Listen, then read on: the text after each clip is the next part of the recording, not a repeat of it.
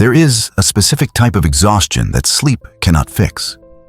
It is not physical tired. It is soul tired. It comes from carrying a burden that was never yours to carry. I want you to be honest with yourself for a moment. How much of your mental energy right now is spent thinking about someone else's behavior? Maybe you are obsessing over a partner who won't step up. Maybe you are frustrated with a friend who keeps making the same stupid mistakes. Maybe you are angry at a coworker who refuses to listen to reason. You are constantly replaying arguments in your head. You are drafting text messages you will never send. You are trying to figure out the perfect combination of words to make them change. You think you are being a good person. You think you are helping. But here is the brutal truth that nobody tells you. You are not helping. You are controlling.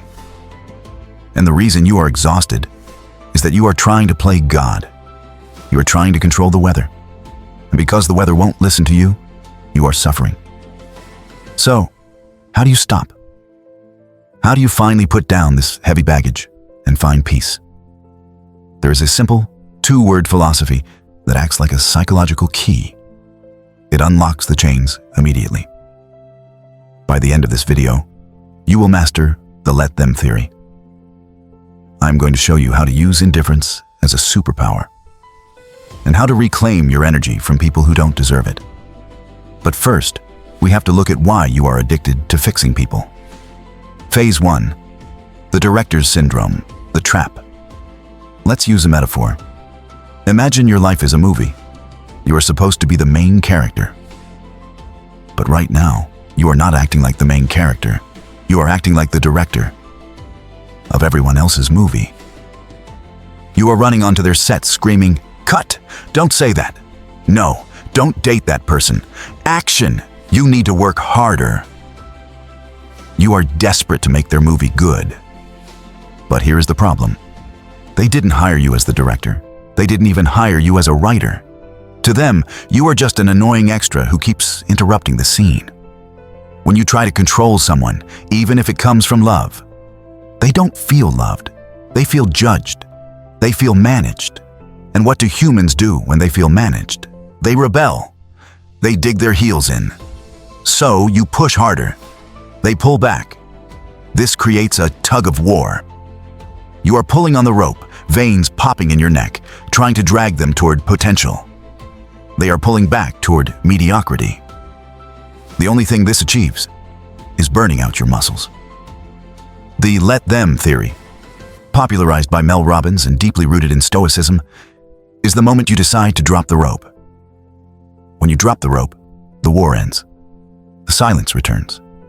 And for the first time in forever, you are free. Phase 2. The Stoic truth, the shift. The ancient Stoic Epictetus gave us the dichotomy of control. He said, some things are up to us, and some things are not up to us. It sounds simple, but you are violating this rule every single day. You think, if I just explain it clearly enough, they will understand. That is the reasoning trap. You cannot use logic to change someone's emotion. You cannot force a flower to grow by pulling on its petals. You will just kill the flower. So, what is the alternative? Do we just stop caring? Do we become cold and heartless? No, this is the biggest misconception. Let them is not about being passive. It is about being objective. Instead of trying to rewrite reality, you accept reality. You stop looking at who they could be, and you start looking at who they actually are. This allows you to move from anxiety to observation. And when you observe, you gain power. Let's apply this to real life. Let's enter the combat simulation. Phase 3. Combat simulation. Specific scenarios. I'm going to give you 3 specific scenarios where your brain screams, do something.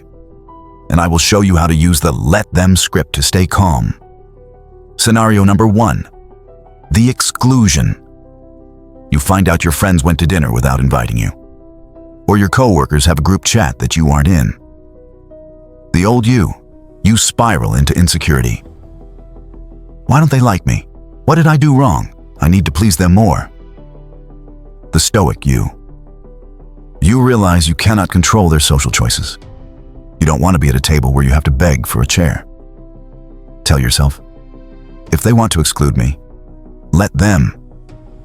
Why this works?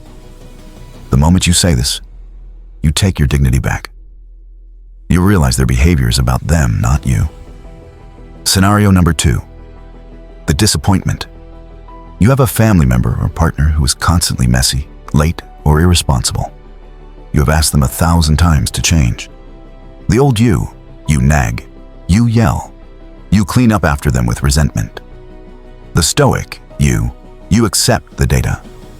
This person has shown you who they are. Tell yourself, if they want to be committed to mediocrity, let them. Why this works?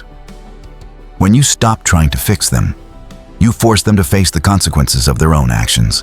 You stop being their cushion. Scenario number 3, the misunderstanding. Someone is spreading rumors about you, or someone thinks you are the villain in their story. The old you write long paragraphs defending yourself. You try to set the record straight. The stoic you know that you cannot control other people's narratives. Tell yourself, if they are committed to misunderstanding me, let them. Let them be wrong. Let them gossip. Their opinion of you is none of your business. Your character is your business. Phase 4, the battery metaphor. The science. Here is why this is scientifically critical for your brain. Imagine your mental energy is a smartphone battery. You start the day at 100%. Every time you try to control someone else, you drain 10%. Every time you worry about what they think, you drain 15%. Every time you try to save someone who doesn't want to be saved, you drain 20%. By 2 p.m., you are at 5% battery. You are in low power mode. This is why you are irritable, anxious, and depressed. When you practice the let them theory, you stop the energy leaks. You stop spending your currency on bad investments. You keep that energy for your goals, your gym session, your business, your peace. Conclusion. The fortress now, a warning. Let them does not mean you let people walk all over you. It means you let them be themselves so you can decide what to do next. If they want to be disrespectful, let them. And then you remove your access. If they want to break your boundaries, let them. And then you show them the door. You are not controlling them. You are controlling the gate to your fortress. So, the next time you feel the urge to jump in, to fix, to save, or to argue, stop. Take a deep breath, drop the rope, and whisper the 2 words that set you free. Let them. If you are ready to build an impenetrable mind, subscribe to the channel.